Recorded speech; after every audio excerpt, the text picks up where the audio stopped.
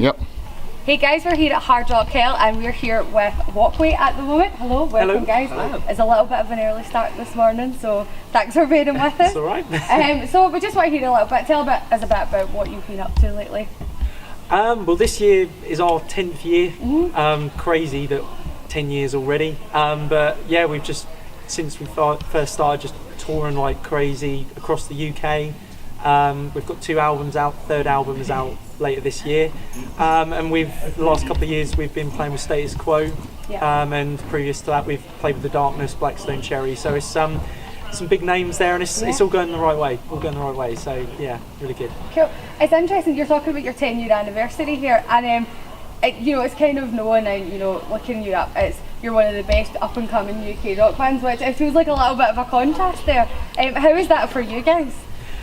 It's quite surreal, really. Yeah. The fact that when we very first started it was basically just jamming to some covers in a bedroom, and it sort of went from there, and now we've got a national fan base, loads of people know us, and it's really... It's been a lot of hard work though, hasn't it? Yeah, A lot of hard work. Yeah, 10 years is a long slog. Proper worked our asses off, but it pays off in the end, So it's starting to move and starting to go places. Yeah. And I heard that you guys had 245 dates on a tour, is this correct? We did last year. Our gig count was 128. Yeah. So we haven't done that much yet, but there's still time for that this year. Yeah, it's on your Wikipedia. There's 245. But I was like, that's a crazy amount for a band of your size and stature. How was that constant tour life and all of that? Like I said, it's a lot of hard work, but it's what we enjoy doing. And we just tour constantly. We just think that that's the best way to get our name out there. And like I said, it seems to be paying off. We've got a great fan base all around the country, and that's what we do. We just gig. This is it. We're knocking up around about 1,000 gigs in total since we started. Now we're around that 1,000 mark now. So we work hard. We tour pretty much constantly, as we say, but it's what you need to do. You've got to hone your craft. Yeah, and how is that like for your day-to-day life then? Obviously that's a huge commitment. 1,000 dates, you don't get that easily. How is that for you on a day-to-day basis? There's a lot of sacrifice. Yeah. Obviously it's very difficult, and we work very hard. It's literally as soon as we get home from work, it's basically band stuff then, and it's constantly, when you're online, because social media is such a big part of it these days, you've constantly got to be looking for little breaks or little bits that, I can get feet in the door there. So it's 24/7. You're constantly thinking about what the next move can be, what can I do. And 10 years, there's, like I said, a lot of sacrifice that sort of when we first started, when we were in school, rather than going out every weekend with friends, we were gigging. So it's one of them things, it's a sacrifice, but it opens up a completely different life which wouldn't change for the world. So yeah, that's the main thing, really. Yeah. And another question about tour, since you're so extensively experienced in it. Who is the worst person to be on tour with? Name names. Name and shame. Oh, it's Alex. It's always me. Really? Yeah. His snoring's pretty bad. Snoring, That can be pretty bad. Depends who farts the most as well, really. Still Alex. On all counts then. Guilty as charged. And you guys are playing the main stage at 2 o'clock today? Yes, that's right. Yeah. How are we feeling about it? Proper excited for it. Yeah. We've been trying to get into this festival for a few years, and the fact that we're actually opening the main stage, and we're hoping we're going to get a good crowd there. And like Chris was saying earlier, we're essentially one of the more unknown bands here, so we want to come out full guns blazing and really make an impression on people. We arrived late last night, so we quickly popped in there to see what we were going to be working with. It looks great. So hopefully 2 o'clock people are going to want to come see what Walkway is, and hopefully they'll leave knowing what we are and want to come see us again. So if they're not awake by the time they roll in, they'll be awake by the time they leave. Yeah, so we could definitely expect big things from you guys today. An early wake-up call. Oh, yeah. Yes. I'm looking forward to it. And Love Hate Tour, you guys are supporting on this? With Dizzy Perro next week? Next week, in our sort of home city of Norwich. We're banging between Norwich and Ipswich, so it's a promoter we've been working with over the last couple of years, and he asked whether we wanted to do it, and it's a name we've come across over the years. So that'll be really cool. Cool. Have you got any surprises lined up for that one, or anything you can tell us about?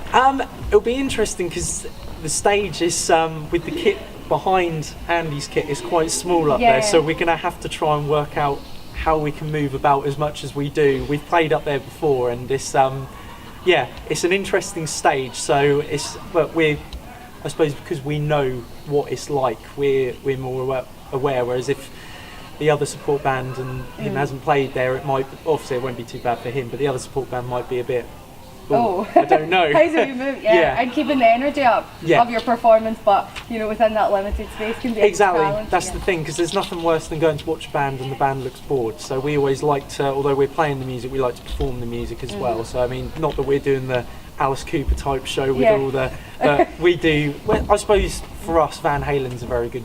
They just look like they absolutely love every minute of it. So again, we like to perform the music as well as playing it. So yeah. Yeah. So you mentioned Van Halen there as one of your influences. Can you give us some more? You guys are compared to bands like Blackstone Cherry and Bernie Marsden's even been mentioned for you guys. So who are your biggest influences? Mine particularly as a vocalist, Steven Tyler from Aerosmith and Steve Perry from Journey. I mean, the voice is incredible. But Led Zeppelin got me into it, and then I love bands like Eagles and a lot of the milder stuff as well. But we've all got different ones, haven't we? That's it. Yeah, my background's more kind of punk rock. I grew up in the punk rock scene 15 years ago. So Blink-182, Green Day was kind of my starting point, and then for me it's sort of then gone the wrong way. Like you started there and then went. That's it. So it's sort of Deep Purple, Toto, Zeppelin, Sabbath, that kind of stuff. So the heavier, groovier kind of background, really. Yeah. So a real diverse mix there. And like you said, me being a guitarist, Van Halen is my number one. That's what I've been brought up with and what I aspired to be, I guess. Like Chris was saying, they just go on stage, got the DVDs at home, they just enjoy what they're doing, and it's what you aspire to be to, playing to those thousands of people, and being that talented as well. So Van Halen is my number one, but I love my AC/DC and my Zeppelin and everything like that, really. So just sort of same sort of thing, sort of like classic rock. Yeah. I mean, my main influence is like Flea from the Chili Peppers, but you gotta love John Paul Jones from Led Zeppelin, that kind of stuff. There's also like the bass. Yeah, it's like the base of like where everything came from. Yeah. Cool. And you mentioned about your third album. We just want to find out from you final thoughts about what are you doing post Hard Rock Hell, and can you give us anything about that third album or let us know what's going on? Well, we've done obviously the album's all our own material, apart from one track. We've done a tribute to Rick Parfitt from Status Quo. We got very friendly with the guys from Quo, particularly Rick Parfitt, and he became quite a fan of ours, and we were going to be working with him this year on his solo material.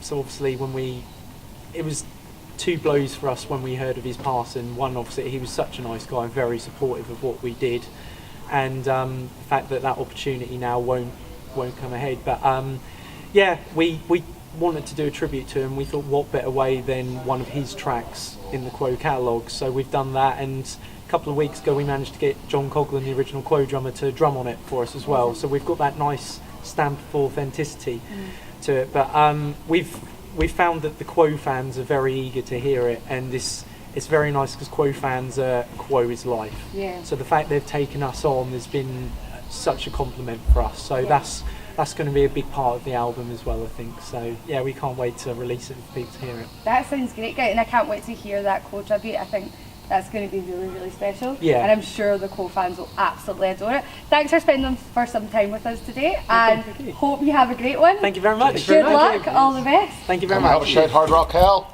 Hard Rock Hell. Hard Rock. All together.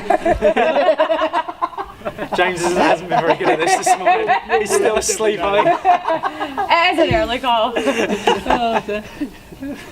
Shall we count you in, guys? Yeah. Shall we count you in?